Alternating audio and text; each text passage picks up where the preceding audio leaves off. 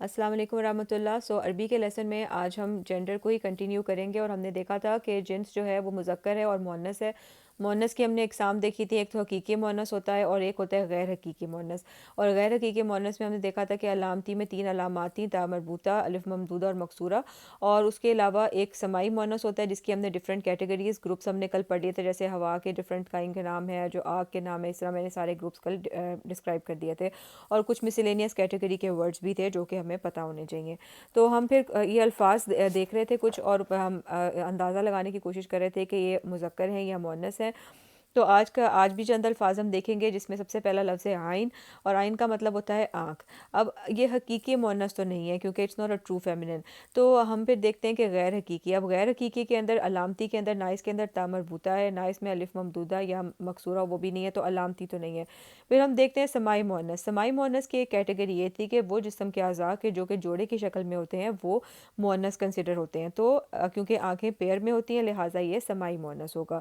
پھر اس کے بعد اگلا لفظ دیکھتے ہیں جو کہ ہے غرفہ۔ غرفہ کا مطلب ہوتا ہے کمرہ۔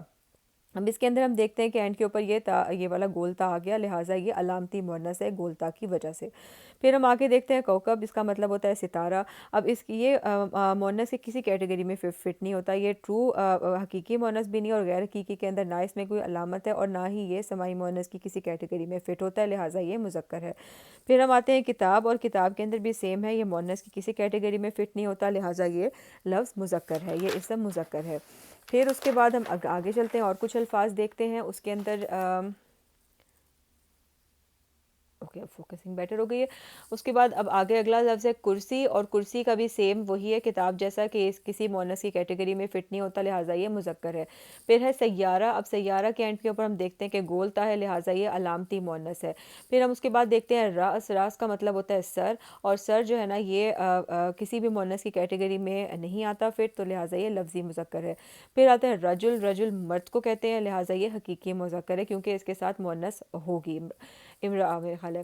فاطمہ جو ہے اس میں دیکھتے ہیں کہ اب ایک تو فیمنن یہ نیم بھی ہے اور حقیقی مؤنث ہے، اور اس کے علاوہ یہ تاب یہ اینڈ کے اوپر، تو لہٰذا یہ مؤنث ہے۔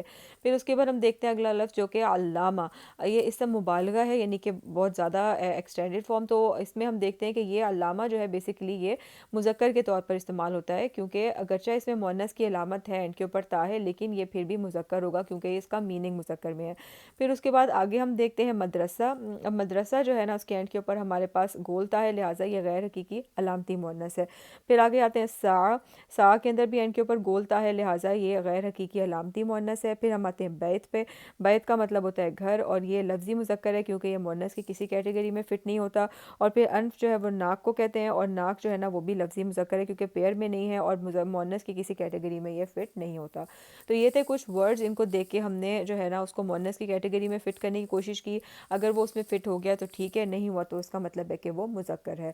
تو انشاءاللہ کل ہم اگلی ویڈیو میں ہم آگے پڑھیں گے۔ فی امان اللہ۔